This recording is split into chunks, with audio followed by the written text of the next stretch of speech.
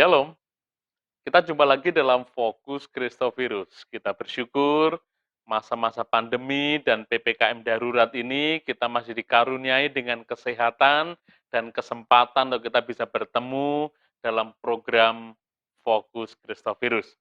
Di episode spesial ini kita akan bersama-sama dengan Bapak Hadi Dadang Widyostiono, salah satu anggota Kristovirus cabang Kudus. Kita akan mendengar kesaksian Pak Dadang.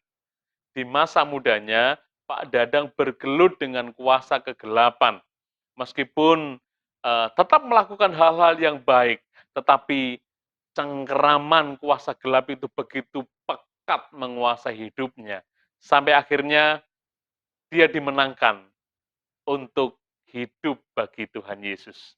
Kita akan dengar kisahnya, kita berharap dari kesaksian Pak Dadang ini akan mencelikkan mata hati kita.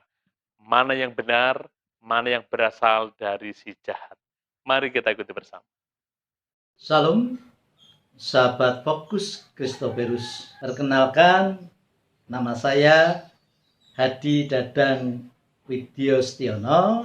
Teman-teman memanggil saya Dadang. Saya anak ke-9 dari 10 bersaudara. Dari keluarga yang bukan Kristen. Tapi orang tua kebetulan menyekolahkan kami di sekolah Masehi, sehingga kami mengenal Kristus. Saya terlibat di dalam kegiatan gereja itu sekitar SMA, hingga saya tidak lulus sekolah minggu. Ketika kecil, badan saya sangat kurus kering. Pada saat itu saya tidak suka makan, susah sekali makan. Sehingga ketika SMP, SMA itu sampai-sampai guru olahraga saya, apabila ada pelajaran olahraga itu saya dicampur dengan anak-anak yang cewek, ya, perempuan, karena terlalu kecil dibandingkan dengan teman-teman yang laki-laki. Ya, seringkali atau kegiatan olahraga malah dicampur dengan mereka yang cewek. Saya menyadari bahwa tubuh saya sangat kecil, antara tulang-tulang saya juga kecil-kecil.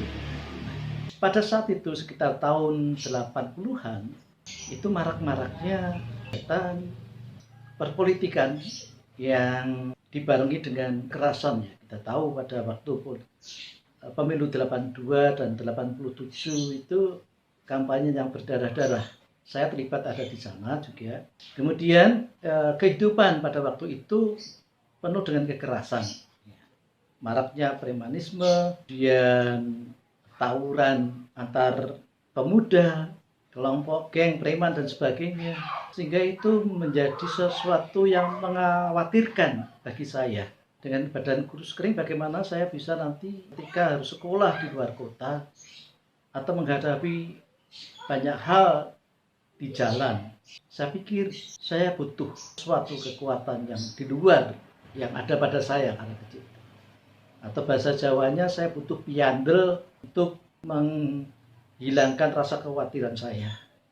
Kemudian saya bertemu dengan seseorang yang memperkenalkan saya pada seorang guru yang ada di sebuah keraton di Jawa Tengah ini. Saya belajar kebatinan dan olah kanuragan di keraton itu. Tepatnya di Stinggil dari sebuah keraton di Jawa Tengah. Saya sebagai murid pada saat itu adalah murid yang termuda, karena saya lihat banyak sekali muridnya tetapi sudah sepuh-sepuh, artinya memang sudah di atas 40 tahun ke atas. Sedangkan saya masih di bawah 20 tahun saat itu, sudah 18 atau berapa. Sehingga saya satu-satunya murid yang termuda. Tetapi menarik bahwa justru saya sebagai orang yang termuda itu sangat dikasih oleh sang guru pada saya, guru besarnya. Saya banyak diberikan wejangan, perhatian, dan sebagainya, karena saya tahu bahwa saya orang yang kurus kering pada saat itu, mungkin ya dibandingkan dengan murid yang lain. Tapi ada gurunya melihat sesuatu pada diri saya, itu ada suatu kemampuan yang lebih dibandingkan yang lain, katanya begitu. Sehingga saya mulai melakukan ritual. Nah, disinilah sebetulnya ritual yang sangat-sangat mengasihkan, ya. Yang menarik, bagi kita, yang melupakan apa yang kita yakini. Jamasan yang pertama adalah kita menjalani masa ritual selama 40 hari dengan makan silet, ya, dari pagi, ya, kemudian siang, dan akhirnya malam, 3 kali sehari. Kita jamasan selama 40 hari kita makan silet 3 kali sehari. Yang saya katakan menarik adalah doanya. Dikatakan doanya adalah ketika saya berkonsultasi dengan sang guru mengatakan bahwa Anda seorang Kristiani, maka doanya harus doa Kristiani. Yang lain, yang agama yang lain sesuai dengan agamanya masing-masing. Doanya seperti ini. Niat ingsun jamasan silet muga dadi kekuatanku. Nah, yang terakhir, yang menarik. Sang Kristus ngijabahi. Dia menjelaskan ketika saya tanyakan kenapa ada Sang Kristus ngijabahi. Dia menjelaskan bahwa kamu kan Kristen. Jadi kamu meminta pada Tuhanmu, Tuhan Yesus Kristus, agar Tuhan Yesus Kristus itu ngijabahi, merestui. Nah, kalau Tuhan Yesus Kristus itu tidak merestui, upaya yang kamu lakukan, jamasan yang kamu lakukan ini tidak ada gunanya. Sahabat Fokus Kristoferus, ya. Hal yang menarik gitu. Sang Kristus ngijabahi. Dan kami makan silet itu 3 kali sehari selama 40 hari. Sahabat Fokus Kristoferus, itulah yang menarik ya. Sang Kristus ngijabahi, melakukan makan silet 3 kali sehari selama 40 hari. Kemudian dilanjutkan memakan besi panas ya, seperti per, kemudian dibakar sampai membara, kemudian kita jilati dari membara merah itu menjadi hitam kembali sebagai warna aslinya. Juga kita lakukan 40 hari 40 malam. Dan yang luar biasa adalah kalimat yang terakhir ketika kita ritual itu. Sang Kristus ngijabahi. Terjadi bila kita mohon supaya Kristus merestui. Tanpa Kristus merestui, tidak akan ada kekuatan yang kita dapat. Saya sampai dengan hampir ke tataran yang jauh lebih tinggi ya, karena saya mungkin satu-satunya pada saat itu yang memang digladi ya, dan akan mencapai pada titik yang sempurna, yaitu dalam bahasa Jawanya itu weruh sadurunge winarah, atau mengetahui sebelum terjadinya sesuatu. Luar biasa, luar biasanya sekali bahwa ilmu yang kita dapatkan itu akan semakin membaik, semakin sempurna, semakin berdaya guna apabila kita melakukan kewajiban kita sebagai orang yang beragama. Sebagai orang Kristen, saya diwajibkan untuk 1, rajin berdoa, 2, rajin baca Alkitab, rajin ke gereja, rajin melakukan belas kasih sebagaimana Kristus ajarkan. Menarik ya? Suatu ajaran yang menarik bagi kita untuk terlibat jauh di sana. Semakin kita melakukan itu, ilmu kita akan semakin tinggi. Ada bukti yang kami dapatkan saat itu ketika saya KKN di desa Terayu, Ketosari Terayu. Itu kan karena dari Kendal naik ke arah Boja itu bergunung-gunung kan. Ketika saya pada belokan tertentu dengan banyak orang dan penduduk karena ada penyeluhan, saya terjungkal ke dalam jurang itu sedalam 25 meter dengan menggunakan kendaraan Suzuki Twin. Jungkal, berguling-guling, dan posisi saya jatuh, tergeletak, dan Suzuki Twin itu ada di atas saya. Dan itu batu-batu, jurang yang banyak batunya. Nah, padahal banyak orang, teman-teman KKN dan penduduk sudah berpikiran jelek bahwa saya saat itu sudah meninggal pasti karena terantuk batu dan jatuh sedalam 25 meter, apalagi tertindih dengan sepeda motor. Mereka pakai tali mengangkat kendaraan, ya saat itu ya saya ngomong puji Tuhan karena tidak ada luka satupun dari tubuh saya. Kendaraan kebetulan juga nggak apa-apa, jadi kita tetap jalan aja nggak apa-apa. Tidak terlecet sedikit pun. Ketika juga kita ada perkelahian antar remaja atau geng itu pakai gobang, ya saya juga mau lereng. Kalau dulunya takut, sekarang saya berani lereng. Saya katakan bahwa sebelum melereng mereka bahwa niat yang sun jamasan gobang muga dadi kekuatanku. Ya mereka berkelahi pakai gobang, saya pegang gobangnya gitu, pegang. Dan mereka takut pada bubar. Ya, tubuh yang kecil ada kesaktian yang luar biasa menjadi piantul bagi saya. Ini yang menjadikan saya semakin percaya diri dengan kekuatan-kekuatan yang di luar nalar tersebut. Sehingga saya berani melakukan banyak hal ya tanpa ada khawatir.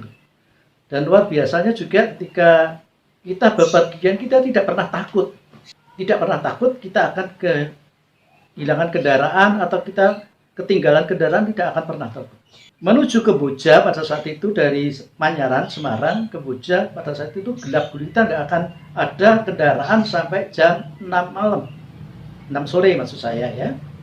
Tetapi ketika kita melakukan ritual itu, kita percaya bahwa ada kendaraan sampai kita datang terlambat waktu situ walaupun jam 7 kurang sedikit. Nah, itu terbukti betul. Saya datang ke sana jam 7 kurang sedikit, masih ada satu kendaraan yang kernetnya pada saat itu berbicara kurang satu. Saya naik, kendaraan berjalan. Dan memang aneh, itu kendaraan satu-satunya yang sampai jam 7. Biasanya nggak sempat itu sampai jam 7.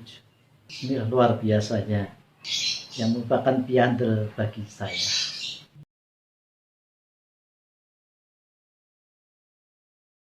Menarik ya, kekuatan yang luar biasa itu. Tiba saatnya ketika saya mengalami suatu sakit yang luar biasa, APP atau usus buntu, di mana sudah terlambat, sudah usus buntu pecah ya, terjadi pembusukan di dalam, dan air pembusukan itu sudah menekan diafragma paru-paru sehingga nafas itu terengah-engah ya, enggak 1-2. Nah, itu timbul kekhawatiran saya saat itu. Kekhawatiran bagaimana dengan kondisi saya? Karena tidak ada satupun senjata yang bisa masuk atau melukai tubuh saya. Apabila ada senjata atau pisau atau apapun yang mencoba untuk melukai, itu terjadi penolakan secara otomatis dari tubuh saya. Itulah yang mengkhawatirkan saya. Sehingga ketika saya dibawa ke rumah sakit, saat itu saya cuma berdoa, ya, Tuhan, jikalau Engkau menganggap bahwa waktuku selesai, saya siap. Tetapi kalau Tuhan mau pakai kehidupan saya demi kemuliaan Tuhan, beri saya hidup. Setelah itu saya nggak tahu, karena sudah pingsan. Puji Tuhan memang saya berhasil dioperasi. Setelah selesai operasi, saya masuk di ruangan itu sampai dengan 45 hari. Saya harus opnam. Suatu masa yang cukup lama bagi orang yang mengalami sakit APP. Biasanya 3-4 hari sudah pulang. Saya 45 hari harus dirawat. Sesuatu yang sangat mengkhawatirkan saya. Dan setelah itu saya bersyukur bahwa saya bisa dioperasi. Nah, kebetulan ada seorang teman, Christoperus, saat itu senior Christoperus mengajak saya untuk bergabung di Christoperus. Nah, saya hadir di sana. Saya ketemu dengan Dr. Elizabeth ya, dan Suster Gisela. Saya sharing tentang kehidupan saya, ya, tentang apa yang saya lakukan, ritual yang menarik yang saya lakukan, bagaimana itu sangat menggajah di dalam hati pikiran saya. Hanya diberitahukan oleh Suster Gisela dan Dr. Elizabeth, dipertanyakan, kalau ritualnya mengatakan Sang Kristus ngijabahi, Tuhan Yesus merestui, itu Tuhan yang mana yang merestui? Karena ada satu tindakan kekerasan yang bisa kita lakukan dengan ilmu itu, sedangkan Tuhan sendiri tidak mengajarkan adanya kekerasan. Memang di dalam hal-hal peningkatan keilmuan, tataran yang ilmu yang untuk lebih, itu kita tidak boleh berbohong pantangannya. Kita harus jujur. Ngambil tempe masakan ibu yang gunanya untuk anak-anak yang di dalam lemari, yang biasanya kita ambil, itu pun tidak boleh kita ambil sembarangan. Kita harus izin pada orang tua. Semua dilakukan secara terbuka, jujur apa adanya. Setiap hari ketika kita mau bepergian, ya di depan pintu rumah kita harus berdoa terlebih dahulu. Setiap apa yang kita lakukan, aktivitas apapun, kita harus awali dengan doa. Itu akan menarik, akan terus bertambah ilmunya. Ketika kita melakukan kesalahan, melukai, menipu, dan berbuat tidak baik, itu ilmu akan semakin turun. Jadi kehidupan pribadi yang dekat dengan Tuhan, kehidupan pribadi yang saleh, itu akan menaikkan keilmuan. Inilah yang saya katakan bahwa inilah jerat sebetulnya. Ketika saya menyadari dari sharing dengan Suster Gisela dan Dr. Elizabeth, inilah jerat. Akhirnya hal itu menyadarkan saya untuk segera bertobat setelah mendapatkan penjelasan dari Dr. Elizabeth dan Suster Gisela. Saya kemudian mencari Tuhan, untuk lebih dekat dengan Tuhan, berdoa tiap malam. Saya minta supaya apa yang saya lakukan selama ini, yang saya cari adalah keliru, salah besar. Tuhan yang mana yang saya cari? Tuhan yang sejati atau Tuhan yang menawarkan sesuatu yang spektakuler berarti. Dan saya yakin dan percaya ketika saya lagi berdoa, memohon kepada Tuhan bahwa semua kuasa kegelapan yang ada di dalam diri saya akan keluar dengan sendirinya ketika kita menggantinya dengan kuasa Roh Kudus yang dari Allah. Ya, setiap saya berdoa, Tuhan, Engkau hadirkan Roh Kudus di dalam hati, pikiran, gantikan kuasa kegelapan yang ada di dalam tubuh kami. Usir kuasa kegelapan, gantikan dengan Roh Kudus. Pelepasan yang kita bisa lakukan sendiri tanpa dibantu dengan banyak orang atau orang-orang lain, saya yakin ketika kita lakukan dengan benar, Tuhan pasti mengabulkan. Nah, puji Tuhan, ketika saya sudah mulai rajin berdoa dan menggantikan kuasa kegelapan yang ada di dalam tubuh saya dengan Roh Kudus, sekarang saya jadi manusia biasa lagi. Ya. Ada luka-luka bekas di tangan, ya. Ada luka juga jahitan di sini, 26 jahitan. Itu pertanda bahwa semua kesaktian saya sudah hilang. Tergores silat sedikit, keluar darahnya sekarang. Artinya inilah manusia normal, tidak ada kuasa lain ada di dalam diri saya. Semua sudah hilang. Dan saya yakin dan percaya bahwa kuasa kegelapan yang ada di dalam diri saya sudah out, sudah keluar. Dan digantikan dengan kuasa Roh Kudus.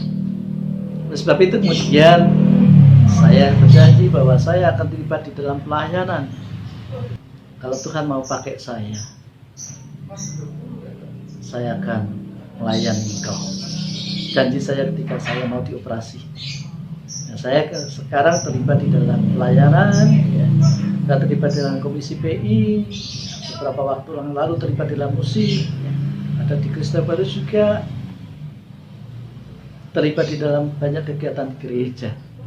Komitmen dengan janji saya bahwa hidup saya selagi masih ada kesempatan, ketika saya sudah terbebas dari jerat sinkritisme, Puasa kegelapan yang sungguh-sungguh menarik.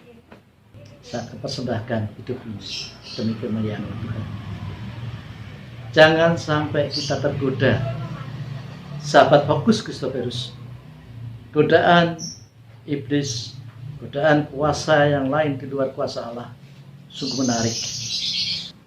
Jangan sampai kita tersesat di dalam godaan-godaan. Terpujilah nama Tuhan. Selamat melayani Tuhan.